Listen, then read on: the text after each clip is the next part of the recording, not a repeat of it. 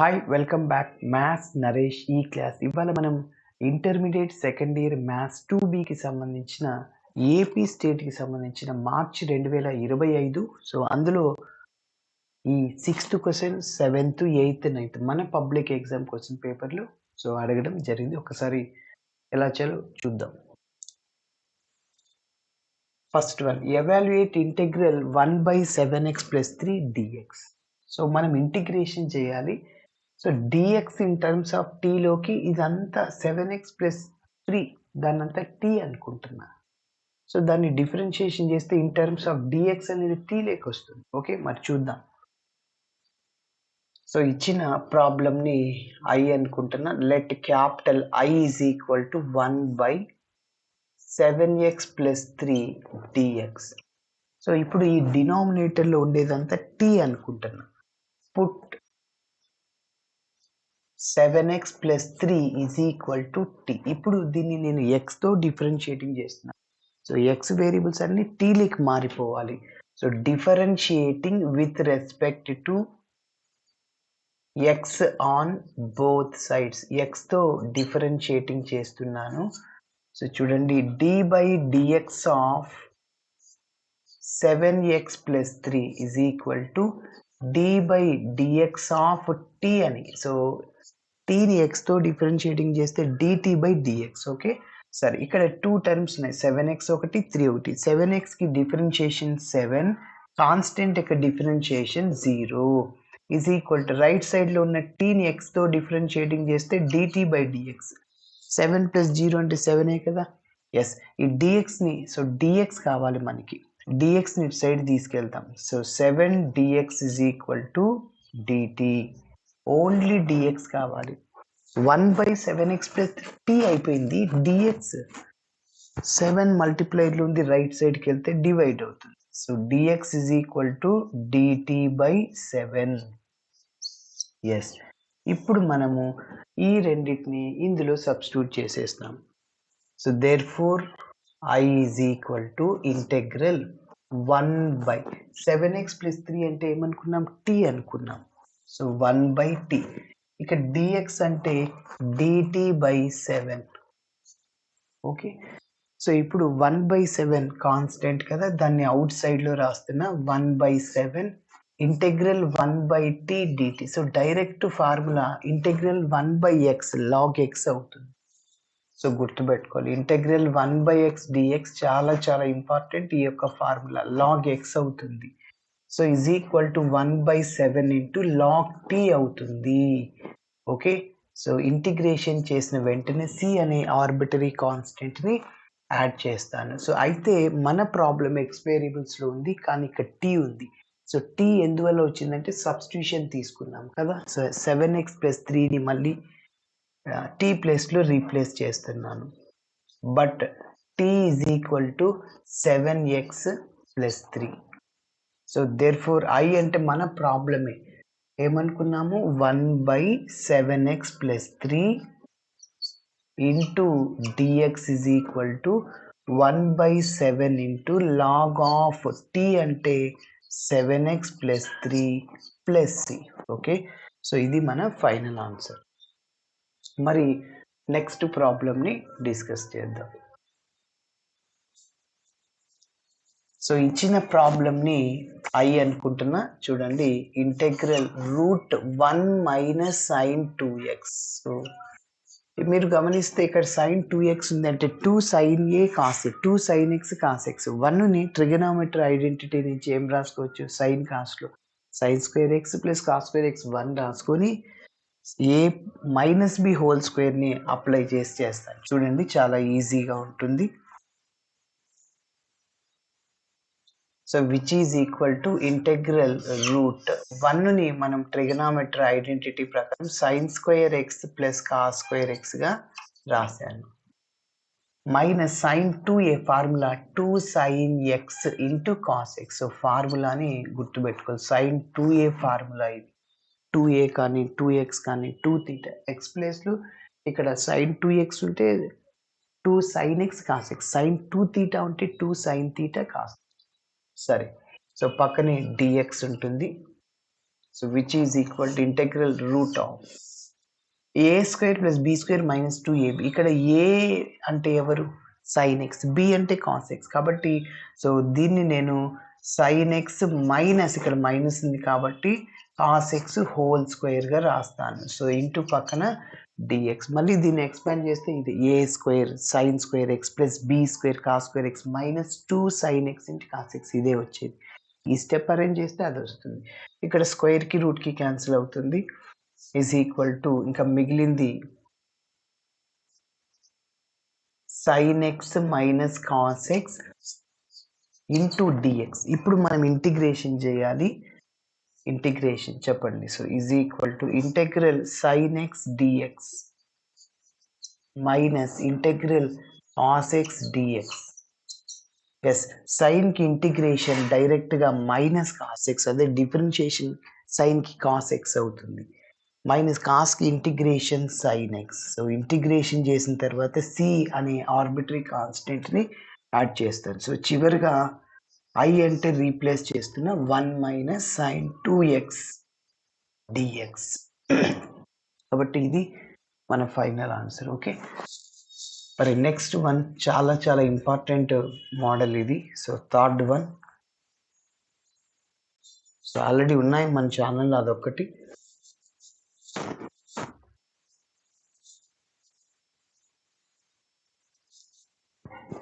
Yes, చూడండి. So first ఇచ్చిన ప్రాబ్లమ్ని నేను ఐ అనుకుంటాను, లేకుంటే ఫస్ట్ నాకు కొద్దిగా డేటా అవసరం వస్తుంది. సో దాన్ని మాడ్యులస్ ఫంక్షన్ డెఫినేషన్ ఉపయోగించి చేస్తారు. So mod x plus x అవుతుంది ఎప్పుడంటే x greater than or equal to 0, 0 కానీ 0 కంటే ఎక్కువ ఉంటాయి.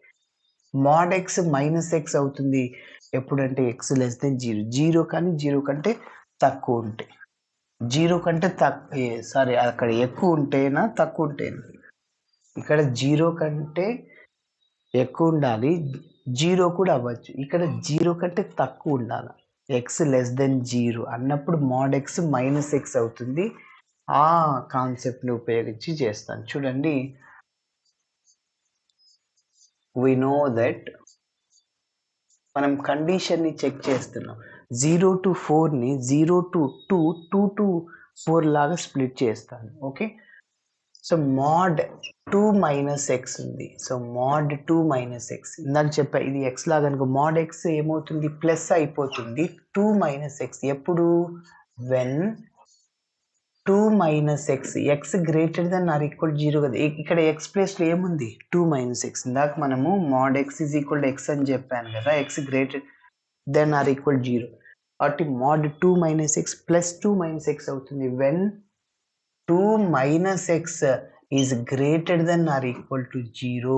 2 కానీ 2 కంటే ఎక్కువ ఉన్నప్పుడు, సారీ 0 కానీ 0 కంటే ఎక్కువ ఉన్నప్పుడు కదా. సరే, ఇప్పుడు నేనేం చేస్తున్నా అంటే ఈ మైనస్ ఎక్స్ ఉంది కదా, మైనస్ ఎక్స్ రైట్ సైడ్కి తీసుకెళ్ళండి. సో 2 ఉంటుంది greater than or equal to plus x అవుతుంది. మైనస్ ఎక్స్ రైట్ సైడ్కి వెళ్ళి 0 ప్లస్ ఎక్స్ అంటే ఎక్స్. ఇప్పుడు మీరు గమనిస్తే దీన్ని నేను ఇంకొక విధంగా రాసుకుంటాను. అంటే దీన్ని x less than or equal to 2 రాయొచ్చు. చూడండి, ఎక్స్ గ్రేటర్ దెన్ 3 అన్నా 3 లెస్ దెన్ ఎక్స్ అన్నా ఒకటే. సో ఫైనల్గా ఎక్స్ పెద్దది 3 కంటే, ఎక్స్ పెద్దది, ఎక్స్ చిన్నది 3 కంటే, ఎట్లయినా చెప్పచ్చు. కాబట్టి ఇక్కడ 2 పెద్దదిగా ఉండాలి అంటే x less than or equal to 2, రెండు ఒకటే, దాని మీనింగ్ ఒకటే. నెక్స్ట్ ఇంకొకటి ఏంటి? మాడ్ 2 మైనస్ ఎక్స్ అనేది మైనస్ ఆఫ్ 2 మైనస్ ఎక్స్ అవుతుంది. సో ఇక్కడ మైనస్తో మల్టిప్లై చేస్తే minus 2 minus minus plus x అంటే ఫస్ట్ పాజిటివ్ టర్మ్ రాస్తున్నా. ఎప్పుడు ఈ కండిషన్? వెన్ ఇదే 2 minus x is less than 0, 0 కంటే తక్కువ ఉన్నప్పుడు. ఎస్, ఇప్పుడు మీరు గమనిస్తే దట్ ఇంప్లైస్, ఇక్కడ చూడండి ఈ మైనస్ ఎక్స్ని మళ్ళీ అటు సైడ్ తీసుకెళ్ళండి. 2 లెస్ దెన్ ప్లస్ ఎక్స్ అవుతుంది.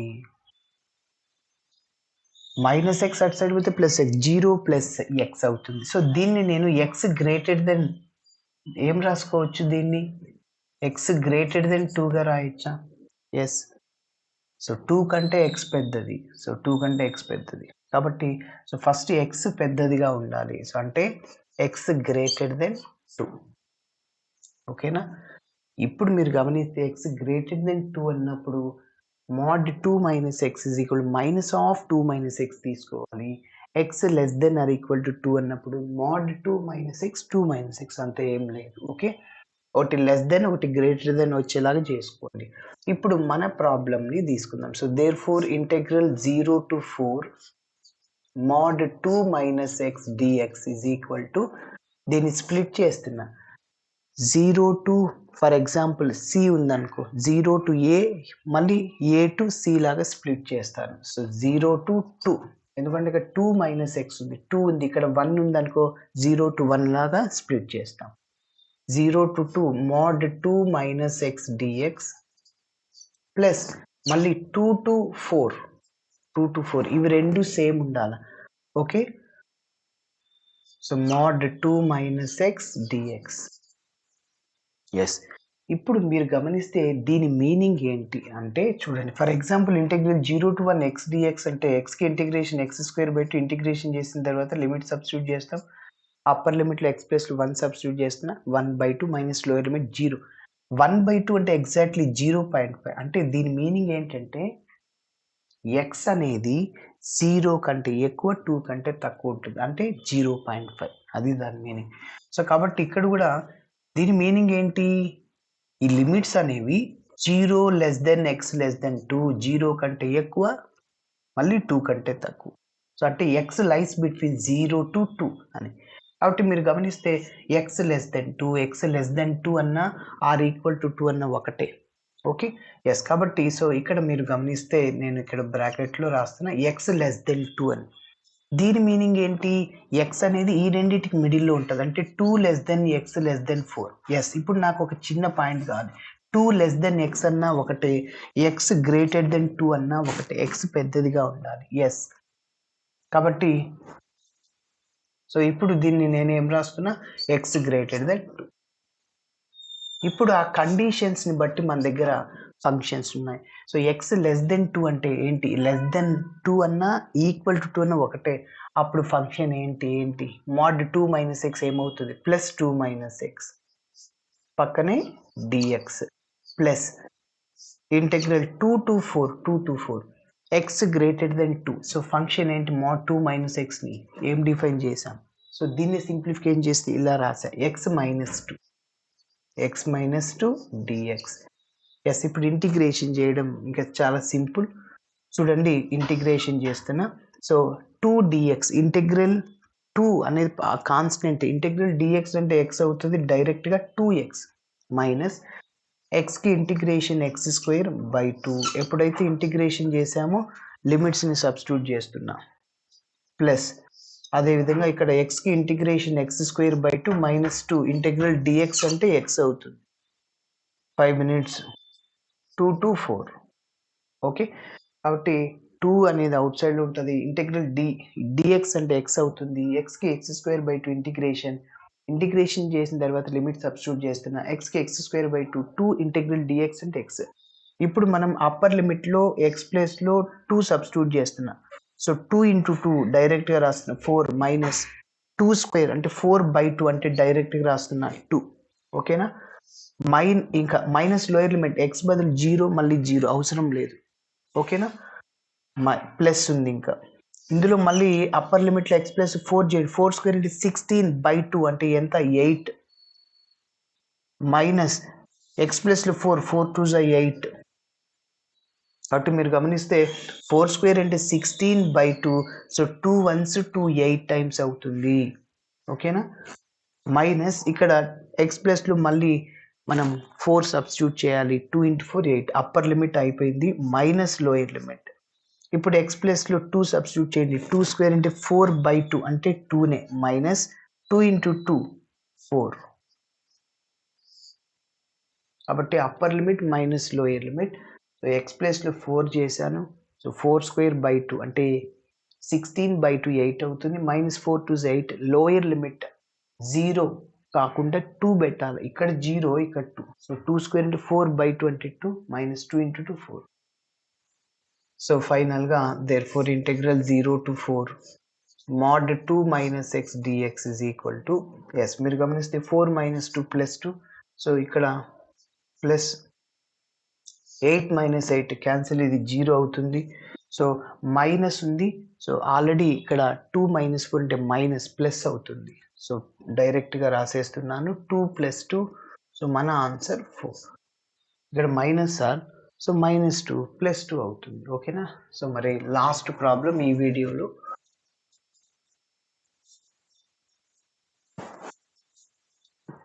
డెఫినెట్ ఇంటెగ్రల్కి సంబంధించిన ఇప్పుడు ఈ ప్రాబ్లం చేయబోతున్నాం, 4th వన్. సో ఫార్ములాని గుర్తుపెట్టుకోండి. చూడండి, ఫార్ములా ఏంటో రాస్తున్నా. We know that sine power 10x dx, పవర్లో సైన్ పవర్లో ఈవెన్ నెంబర్ ఉంటే, ఆడ్ నెంబర్ ఉంటే ఏంటో ఒకసారి చూద్దాం. అక్కడ సైన్ ఉన్నా కాస్ ఉన్నా ఒకటే. చేస్తాను చూడండి.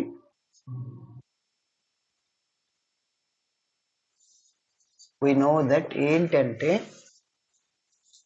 ఫార్ములా రాస్తున్నా. ఇంటెగ్రల్ 0 to π/2 ఉన్నప్పుడు మాత్రమే sine power nx dx is equal to, first డినామినేటర్లో n రాస్తాం, ఇంకా తగ్గించుకుంటూ వెళ్తాం. n-1, మళ్ళీ n-2, దానికి తగ్గించుకుంటూ వెళ్ళాలి. ఫస్ట్ n పెద్దది, దానికంటే తక్కువ n-1, n-2 చిన్నది, మళ్ళీ పెద్దది, n-2 పెద్దది, n-3 చిన్నది, అట్లా తగ్గించుకుంటూ వెళ్తే 4, 5 డినామినేటర్లో ఉన్నవన్నీ పెద్ద టర్మ్స్ అండ్ సో ఆన్. ఇక్కడ n అనేది పవర్లు ఈవెన్ కదా, సో నేను 2 నుంచి స్టార్ట్ చేస్తున్నా. 2, 1 π/2 ఈవెన్ అంటే ఇది అన్నమాట ఫార్ములా, గుర్తుపెట్టుకోవాలి. అదే ఆడ్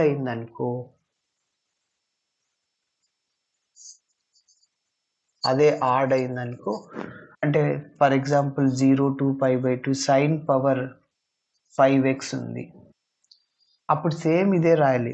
ఆడ్ నంబర్ 5, 4, 3, 2, 1 స్టాప్ చేసేయాలి. Okay, yes. ఇప్పుడు మీరు గమనిస్తే sine power 5/2, sine power 0 to π/2 రాశాను, సైన్ పవర్ 10x. తగ్గించుకుంటూ రండి. ఫస్ట్ 10 వేయండి, 10 - 1 9, మళ్ళీ తగ్గించండి, 9 - 1 8, మళ్ళీ 7, అట్లా. ఓకేనా? ఎస్. నెక్స్ట్ ఏమొస్తుంది? 6, 5, నెక్స్ట్ మళ్ళీ 4, 3, 2, 1, ఇంకా ఈవెన్ కాబట్టి π/2 వస్తుంది. కాబట్టి సో ఫార్ములాని మీరు గుర్తుపెట్టుకుంటే ఈజీ. ఫస్ట్ 10, 9, 8, 7, 6, 5, మళ్ళీ 4, 3, 2, 1 ఈవెన్ కాబట్టి π/2 క్యాన్సిల్ చేసుకునేటంటే చేయొచ్చు. 5 ones 5 2 times, మళ్ళీ 3 ones 3 2 times. నెక్స్ట్ ఇంకేమన్నా క్యాన్సిల్ అవుతుందా? There is no chance. Okay, ఇక్కడ 3 మల్టిపుల్ లేదు ఇక్కడ. So 9 into 7 63 π divided by 9 into 7 63 π. Next 2 into 8 16 into 2 32 into 2 64 into 4 256. So కాబట్టి సో మన ఫైనల్ ఆన్సర్ ఇది. ఓకే, ఇలా చేయాలి. Thanks for watching my video. నచ్చితే ఖచ్చితంగా మీ ఫ్రెండ్స్ కూడా షేర్ చేయండి. బాయ్.